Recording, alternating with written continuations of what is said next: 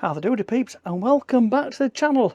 It's very rare you see me in here, isn't it? I'm normally out and about, but just a quick update with the channel and something if you are stuck in a rut, because if you have joined the Facebook group Photo Peeps, you'll know I haven't been out for a while.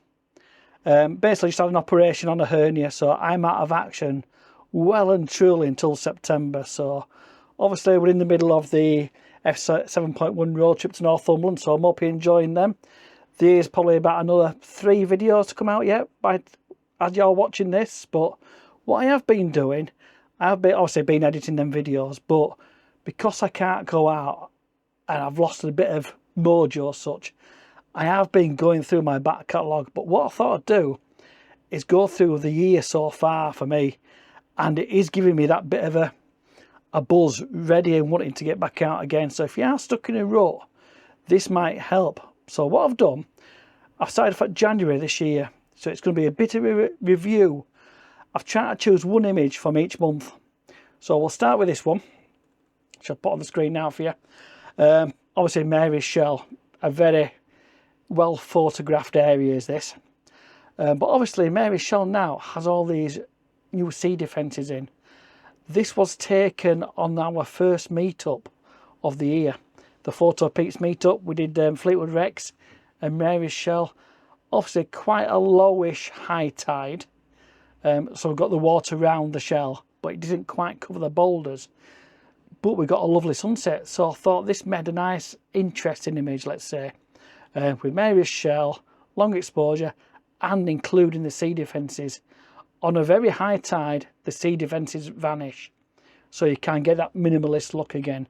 So yeah, this was the first one of the year with this. So this was January.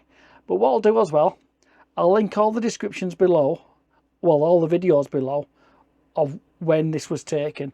So let's jump to February. And this is from my very local Woodland. This is from Ogden Water Nature Reserve.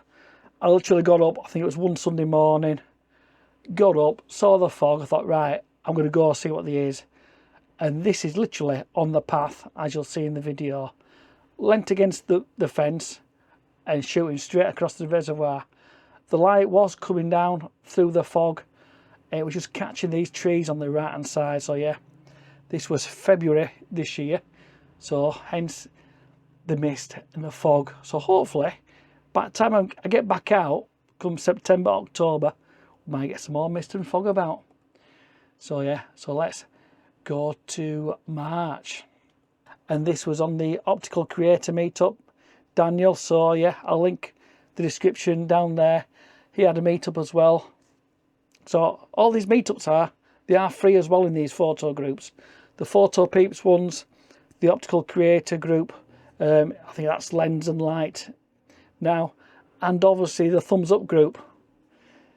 We all run the individual groups, we all do it as a collective as well. We all go on each other's meetups and get people like you to come along. Just meet, chat, walk, take photos. But this particular one was on the top of Hallin Fell for sunrise. We've got a few nice images from that morning, but this one, just because Daniel was in that bottom left hand corner shooting across the valley, I thought that added a little something extra for this. This fell, it's an easy one to get to. It's quite steep. It's about 40 minutes from the park up, but that's only because of the steepness of it. But once you're up there, you get full 360-degree views up there. So yeah, that's making me now want to get back to the lakes. And I know I can't, but it's making me feel that bit better to get up there. So that was March. April. Bit of a thing going on here, because obviously this is the Kit Kat Stones at Higger, and this was the day after the Thumbs Up photography meetup. So we stopped overnight. We thought, oh, we'll go to Higger. It's a nice flat place, to easy access to get to. I was torn between the two images here. Paul Hill wasn't here, and one of the images I got him to stand on the edge, so I've got the photographer looking out into the light. But this one, I didn't quite catch this on video, but I'll link the video below, where the light just suddenly popped out of nowhere and just caught the Kit Kat stones, just like this. So yeah, that was the one from the thumbs up group, and that is April. Right, we get to May. I've got 2 for May, all because I was on the way back from a family holiday up in Northumberland, and the aurora alerts were going off left, right and centre. So of course, May, it had to be the aurora. And the first image is this one. Good old Charlie's tree. I didn't actually vlog this. I just wanted to make sure I was going to get the aurora and experience what was going to happen. I did actually take a time lapse of it, so I'll link that time lapse below as well. But the idea I had, excuse me, when these aurora alerts were going off, were to go down to Freewell Viaduct and Charlie's tree. Didn't make it to Freewell Viaduct because we got to Charlie's tree. There were me, Big D, and only 2 other photographers there, and we were there for 2 or 3 hours just enjoying what was going on. The next image was also from there because I couldn't decide between them both, but the same subject, literally an hour apart. This one was near the back end of what was happening. We started to get a green glow from the other side, so this is slightly off what you'd normally take, but that's where the light was, and my whole intention was to try and capture that light and the silhouette of Charlie's tree. So yeah, but what I'll do, before we go to the next one, I'll bob the time lapse up now for you, and you can see what it was like.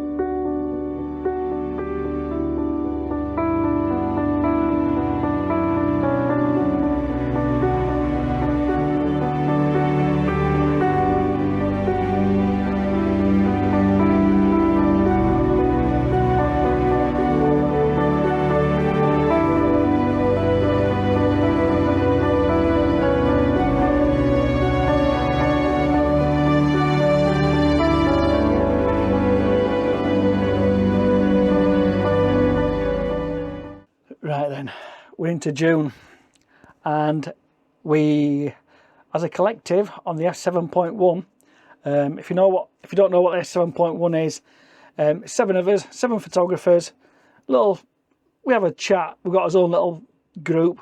We have got a Facebook group as well. We also do a podcast, so I'll link the podcast below as well. And we went to Northumberland, and this particular day I convinced everyone to go onto the Farne Islands boat trip.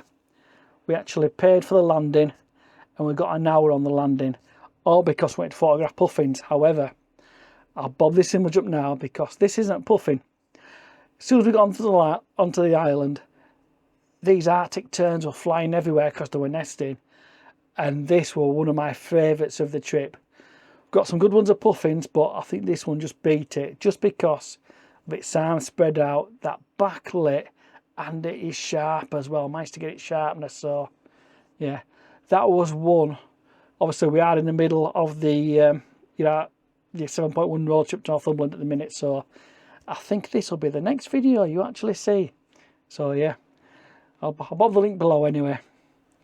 And this one was the last day of the road trip. Very late nights, very early sunrise. We were all absolutely shattered, and this image, we went back to Holy Island. The rest of the guys stayed around the harbour area. They went to capture the boats. I did the boats and then came up specifically for this image, but we didn't think the light was going to happen.